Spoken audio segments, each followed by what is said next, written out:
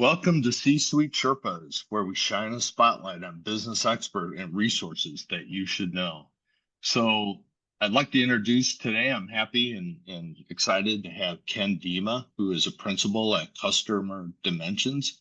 His firm actually provides customer growth and retention advice and accelerator and analytics to insight accelerator as well. So we'll talk in detail about that today. So with that, Ken, I'm thrilled to have you. So if you're ready, we'll jump right in.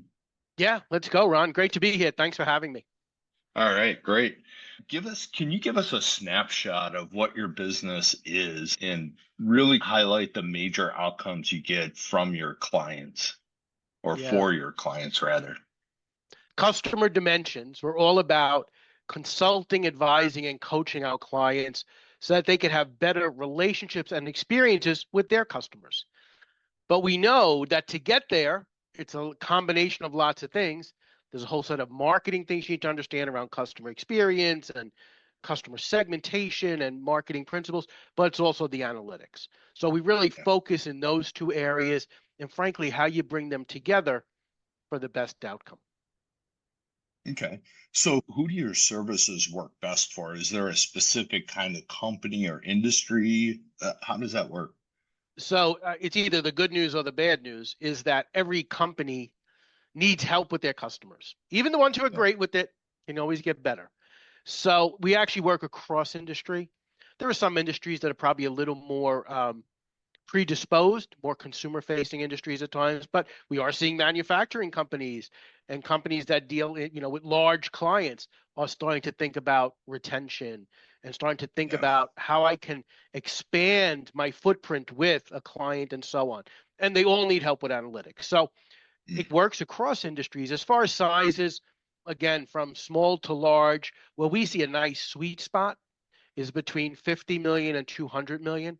And I think why we see that sweet spot is in very large companies, particularly things like analytics, get subsumed into larger superstructures. In smaller companies, they're really looking to get that benefit of those analytics and really see how they're going to play for them. So there's a lot of focus and a lot of discussion we get around that, as well as they have a very good hands-on feel as to the different types of customers they have, the different volumes, and they really see the opportunity more to focus on retention, focus on customer growth, and use the analytics to get there. Larger companies, it works there as well. I come out of large companies where we did a lot of this work. It just works in a different manner. So what would you say sets you apart from everybody else that kind of does the same stuff? Yeah, there are a couple of things. So as you mentioned, I'm the principal here. I'm the principal here at Customer Dimensions. And my background is all around this kind of work. It's been my career. Yeah. In fact, I recently did a speech. It was called Lessons from a Lifetime of Loyalty. And it was all about this type of work that even predated my professional experience in some ways. So this has been my experience, both directly in corporations, where I've led analytics teams, I've led marketing departments, I've had to lead revenue based on customers. But it's also been reflective of the part of my career, which has been around consulting, working with clients, working with large banks, working with business services companies, working across the board. And most recently, AWS, working on customer experience with their clients. So I've been around this work. So that sets up the qualification piece there. I'm a student of this work myself, constantly learning about it. I, in fact, teach at Babson College in Boston. I've been teaching for 15 years. I teach graduate students in marketing and in analytics. So I am constantly up to date and thinking about it. So that's the credential side of it. But what sets us apart is really the approach. So I can come in as a consultant and fix your problem. But what we prefer to do at Customer Dimensions is come in as coaches and advisors and help you to fix that problem. So we have an approach, we have a process, we have tools, we have templates to work with you and your team. And the reason why that's important is we want you to keep those gains. Once you begin improving things and we leave, we want you to keep going. Whereas I know in a lot of more traditional consulting work, once the consultant goes, so goes the work. And over time, it kind of atrophies. So it's both the credentials, the experience, and the approach. So do you have any examples where you've helped a client, and you don't have to name the client, but help the client really achieve increased level of customer retention or use data to kind of improve their business? Oh, absolutely. $180 million publishing and subscription company Right. where we help them by getting a much deeper understanding of their customer sets, their segments, help them understand where they should be spending more. We were able over the course of 12 months to increase their retention rate by 6%, increase their lifetime value per customer by 10%. So this was a company that Oh, made money through the subscriptions and the ancillary sales afterwards. So we're able right. to really boost that lifetime value.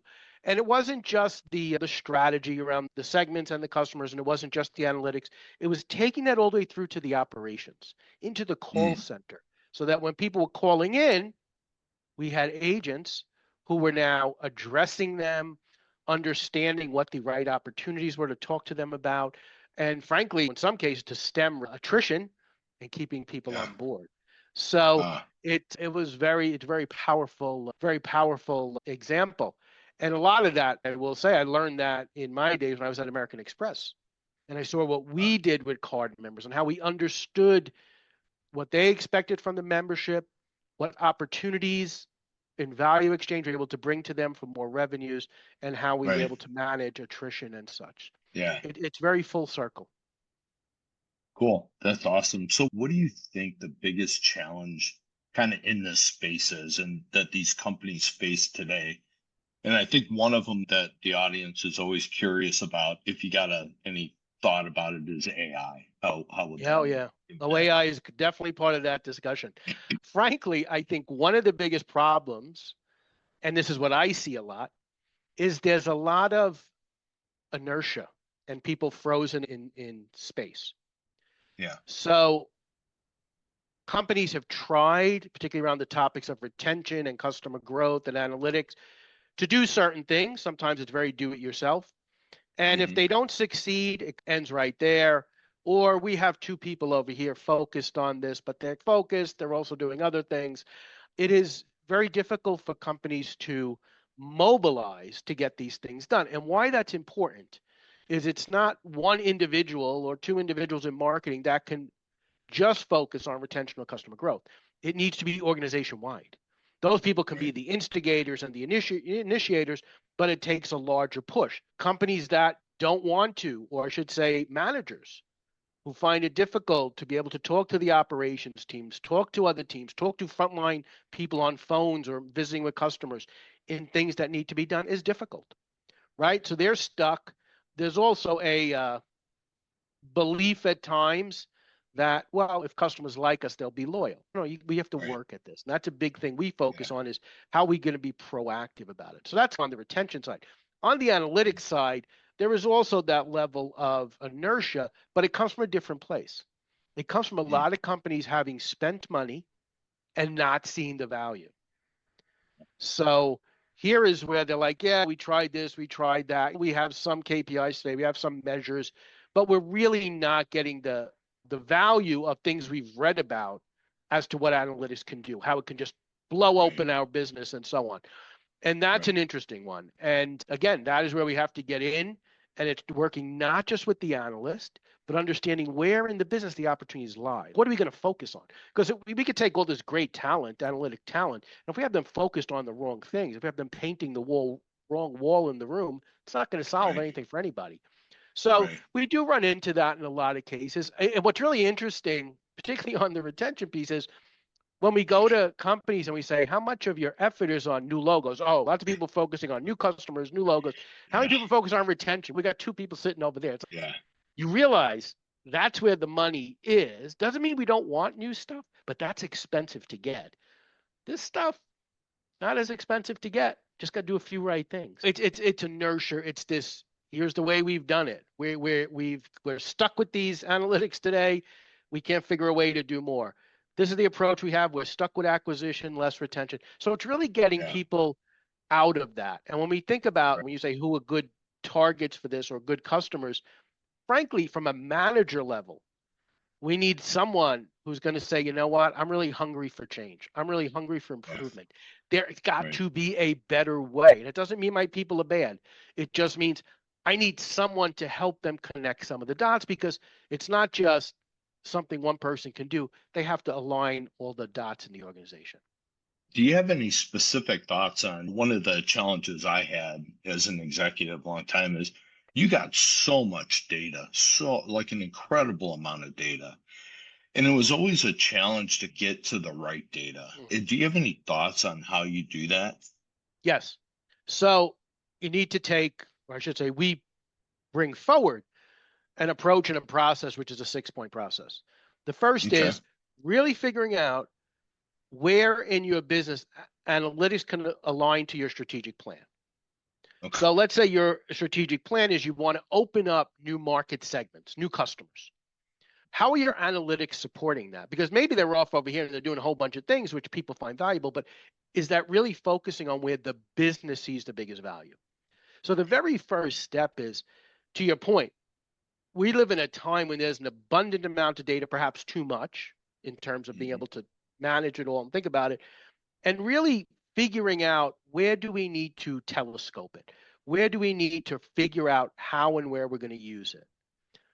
Now we're in that ball game. We understand, okay, it's going to be around new market segments. Okay, what do we need to understand about that? And that is where Right. we now pare down the data set. We're looking for certain things. Some of it may be exploratory, but we want to start with hypotheses and questions, right? So a lot of view around analytics, this is less so today than it was, say, 5 or 10 years ago, is you dump a big pile of data on people and you say, yeah, go see what the data says. The data doesn't say Right. anything.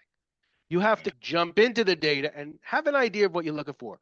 That doesn't mean you bias it, but it means you walk in with a hypothesis. I think that new customer segment are people that have bought these types of products in the past, or have, let's say, used to use these products, don't use them anymore. And then you really start to get very specific. And before you know it, now you're finding nuggets of information that can be put into practice, that people can begin to use, that you can start to give to, say, marketing or salespeople, say, hey, here's an offer, let's try this. Right. So it all has to start with the strategy.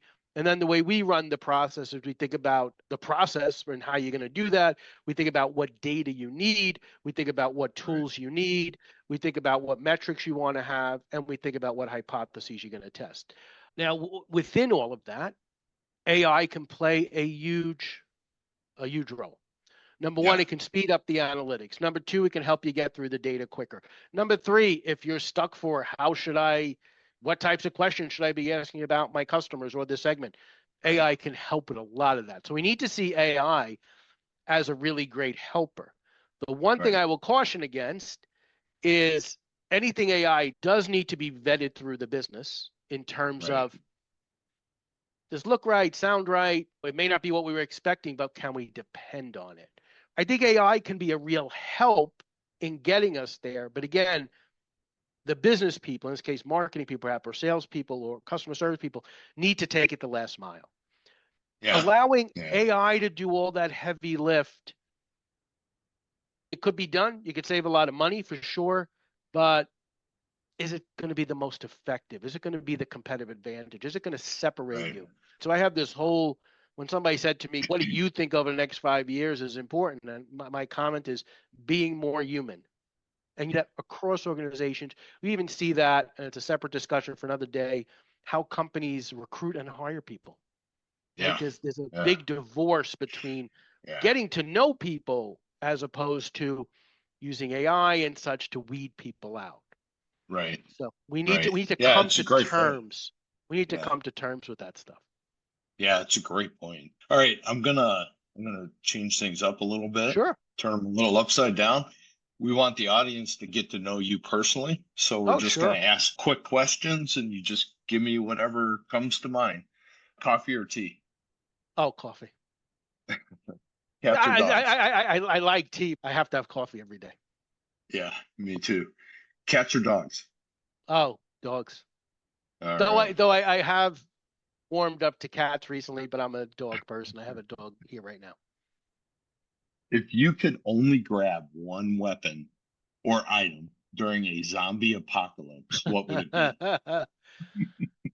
Obviously, it couldn't be something like a gun, right? That's too one weapon, some type of a long pole or stick, because you could swing it and you could probably take out two or three at a time. And being the zombies, I'm assuming their bodies must crumble when you hit them. Yeah, I would assume that too. I think that's it. Perhaps, Yeah. yeah. So, a favorite movie? Oh wow, which decade? Wow, that's a tough one. That is a tough one. Favorite movie? Or you could make it a streaming series too. Well, you get Sopranos was just a cut above most things. Although I did love the Larry Sanders Show. That's in my top two or three as well. Wow, favorite movie. And I'm totally blanking, of course. It's a great movie. I don't know if it's my favorite movie, but it's a movie I enjoy every time I see it. I enjoy it that much more. Something called Defending Your Life. Came out in 1990, 91. It was Yeah. written by and directed by Albert Brooks, and he's in it. And Meryl Streep and the great Rip Okay. Torn. And it's all about they're in heaven's waiting area and they have to defend the decisions they made in their lives. It's got Wow. humor, but it can be a bit profound. Defending Your Life. So if you folks haven't seen that, you might want to see it. It's a Yeah. good. Oh, that's great. That would make you self-reflect, I think, you know. Absolutely. Absolutely. All right, one last question. One bucket item that you've already accomplished and one that's at the top of your list. One bucket item. I could tell you at the top of my list is I'm trying to finish this book around loyalty, this Ah, lessons of a lifetime of loyalty. I'm really working all right. hard to get that dusted off and out there. I guess a bucket list item, as I think about it, is some of the things that I've accomplished in something 20 years ago I would have never expected, which is this area of teaching. I have really grown fond of, and I got into the teaching because I wanted to stay vital in the work and understand Yeah, what's going on and so on. right. And it's become more than that. I enjoy my students tremendously. I've had several of them take several of my courses, which is a really nice thing. And seeing the world and the business world, because this is at the MBA level, so these are business Yeah, people. They yeah. probably have about 10 years experience or so on average. Seeing the business problems and situations through their eyes has made me a better consultant, coach, Mm, advisor, business person. And there's something very invigorating about it. So I guess that probably what wouldn't have been on my bucket list, but has ended up being an accomplishment that I believe is a good thing. that's great. That's a great perspective too, by the way. I think Oh, that's awesome. here's let me just add to that. So there was one other thing. Again, wasn't on my list, but something I was very proud of. Say about 8 years ago or so, through some of the analytics work we did, and back to your earlier question about Hmm. having all the data and this and that. I was at SAP at the time, leading up a marketing analytics team, and we had used analytics in a very novel and innovative way around our largest global event. Had about 14,000 attendees, so on and so forth. People are familiar with these large tech events. But we used analytics, everything from who was going to be invited to the agendas to the layout, blah, blah. We used it entirely across. It took us about 2 years to really get it where we wanted it to be. And the good news was we won an award for that, which was nice. It's always nice to be acknowledged by your peers. I think there were about 80 Yeah. companies, and we succeeded. It was called the Analytics Innovation Award, Genius Award. Mm, But what came with it was a small cash prize. Obviously, not for us, to be donated. yeah. So we Yeah. took the cash prize. I was living in Boston at the time.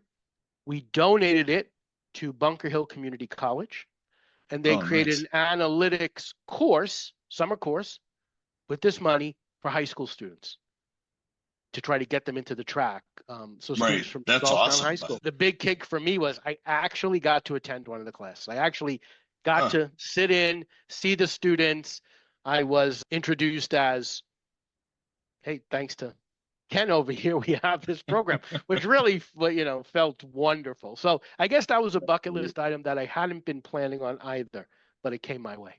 I've Oh, been that's very lucky. awesome. I've been. Great story. So, Ken, if our viewers would like to get a hold of you, what's the best way to get in touch? You can find me on LinkedIn, or you can find me at Customer Dimensions, either way, or you could find me. Customerdimensions.com. Yes. Okay. or you can even, as often happens, there are a lot of people that find me through Babson College. So it's babson.edu, and they send me Okay. emails that way. Very often when people want me to speak or something, they come to me through Babson, it seems. So any way they want to reach me, and they can perhaps even reach me through you guys as well. I love speaking to people, meeting new people, whether it be partners, clients. Love to be out there trying to help people with this kind of work. I hope in this short period of time that we've spent talking here, you can see how passionate I am about Yeah. Yeah. getting this right, getting it right for customers, getting it right for the businesses. Yeah, you definitely are passionate. And look, I thank you for your time. I thank you for the insights. Great insights, by the way. So hopefully our audience found it valuable too. Thank you, Ken. Great. Terrific. Thank you, Ron. All right.